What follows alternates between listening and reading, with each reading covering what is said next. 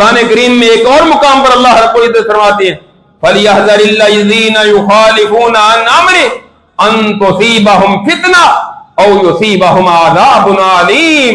چاہیے کہ لوگ بچ جائیں، ڈر جائیں جو اللہ کے رسول کی مخالفت کرتے ہیں، یہ کہ ان کو کوئی فتنہ آ پکڑے یا دردناک عذاب کا شکار ہو جائیں، کہ اللہ کے رسول کی نافرمانی کی سزا یہ ملے گی، کسی فتنے کا شکار ہو جائیں گے، یا پھر اللہ کی طرف سے دردناک عذاب آ کر ان کو اپنی گرفت میں لے لے گا. لہذا اللہ کی نافرمانی سے بچ جانا چاہیے، ڈر جانا چاہیے.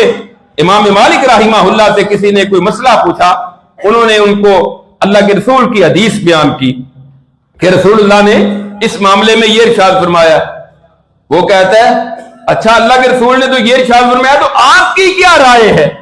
امام مالک نے یہی قرآن کی آیت پڑھی فَلْيَحْذَرِ الَّذِينَ يُخَالِفُونَ عَنْ أَمْرِهِ أَن تُصِيبَهُمْ فِتْنَةٌ أَوْ يُصِيبَهُمْ عَذَابٌ عَلِيمٌ. اور تو قرآن کی آیت کو نہیں سمجھتا کہ اللہ کے رسول کی نافرمانی کرنا چاہتا ہے؟